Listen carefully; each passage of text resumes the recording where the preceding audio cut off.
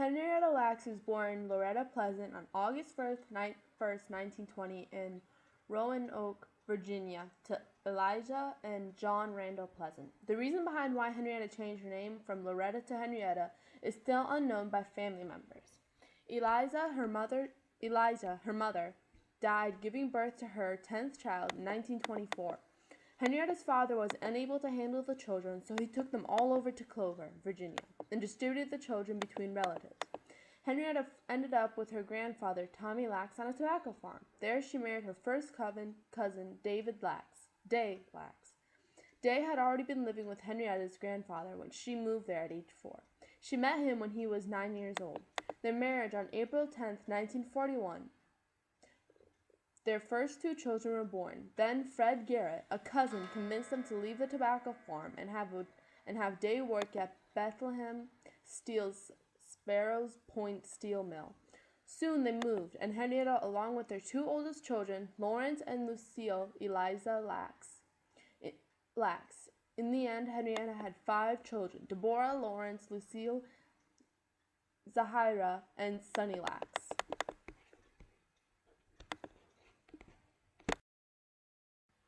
Henrietta's last child was born at Johns Hopkins Hospital in November 1950, just 4.5 months before Henrietta was diagnosed with cancer. On January 29, 1951, Henrietta went to Johns Hopkins Hospital because she felt a knot inside her. "I got a knot inside of me," Henrietta said. "A what?" Sadie said. "A knot," she said. "I heard something awful when that man wanted to get with me. Sweet Jesus, aren't them but some pains," Henrietta said. Henrietta asked her cousin to feel her belly. After they felt the love that she did, her cousin thought she was pregnant. "You feel anything?" Henrietta said. "I don't know," Sadie said. "Maybe you're pregnant outside your womb. You know that can happen." I am no kind of pregnant. It's a knot," Henrietta said. "Henny, you gotta check that out. What if it's something bad?" Sadie said.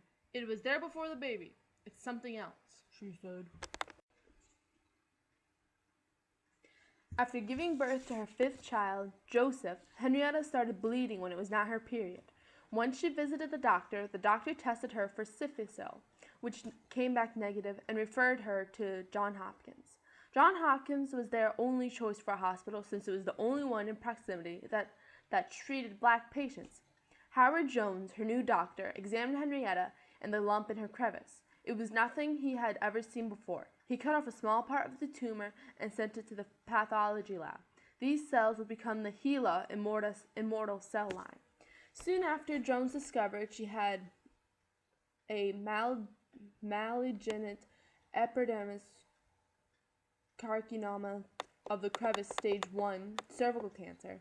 Henrietta Lacks was treated with the radium tube inserts, which were sewn in place. After several days in place, the tubes were removed and she was released from Johns Hopkins, asked to return for X-ray treatment as a follow-up. During her radiational treatment for the tumor, 2 samples of Henrietta's crevice were removed, a healthy part and a cancerous part, without her permission. The cells from her crevice were given to Dr. George Gay. Lacks returned for the X-ray treatments. However, her cancer worsened and the Hopkins doctor treated her with antibodies. During this time, Henrietta was also in great amount of pain without improvement. Henrietta Lacks returned to Hopkins on August 8th for a treatment session but asked to be admitted. She remained at the hospital until her death. Though she received treatment and blood transfusions, she died on October 4th, 1951 at the age of 31. A partial autopsy showed that the cancer had spread throughout her body. Many tumors covered every part of the inside of her body. Henrietta Lacks is buried without a tombstone in a family cemetery in Lackstown, a part of Clover. Her exact burial location is unknown, although the family believes it was within feet of her mother's gravesite. For decades, Henrietta Lacks' mother has had the only tombstone of 5 graves in the family cemetery in Lackstown.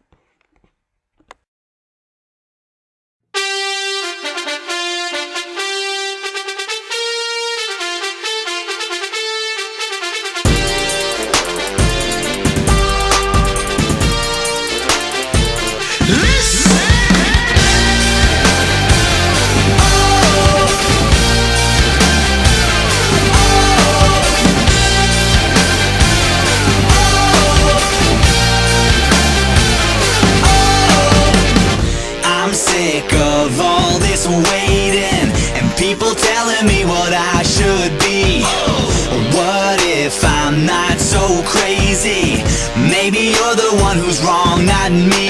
So what you gonna do? What you gonna say when we're standing on top and do it our way? You say we've got no future, you're living in the past, so listen up, that's my generation. Hey ho, let's go, it's going down tonight. Hey ho, let's go, we're gonna do it till we die. 'Cause I've got no reason to apologize. That's my generation.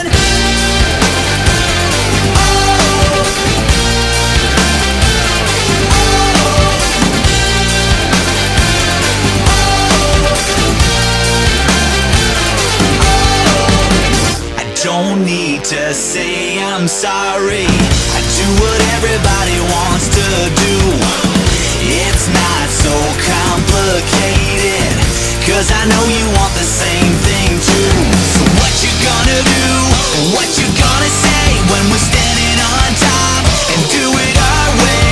You say we got no future, you're living in the past, so listen up, that's my generation. Hey ho, let's go, it's going down tonight. Hey ho, let's go, we're gonna do it till we die. 'Cause I've got no reason to apologize. That's my generation.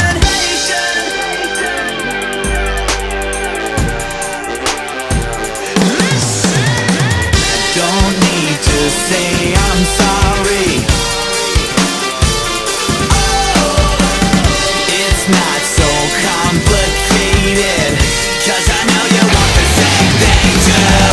Hey ho, let's go, it's going down tonight. Hey ho, let's go, we're gonna do it till we die. 'Cause I've got no reason to apologize. That's my generation. Hey ho, let's go, that's my generation. Hey ho, let's go, we're gonna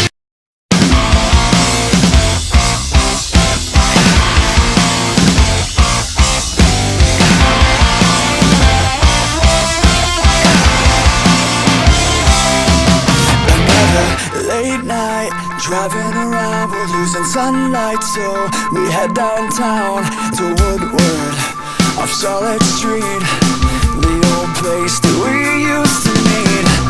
We were young and we lived it up, but those nights never lasted long enough. Looking back, we were so naive. What happened to the days that we shared our dreams? If I could go back now, I wouldn't change a thing. Oh, it feels so good to say, guess we made it this far, guess we're doing alright. Looks like we made it out alive. Yeah, we made our mistakes, but we found our hearts. Even though we drift apart, always forever. Where the yellow still frames in my head, always forever. The sunrise would beat us to sleep. We didn't wanna go home, so we slept on the beach. Oh, the summer never felt so sweet. I still feel the sand underneath my feet.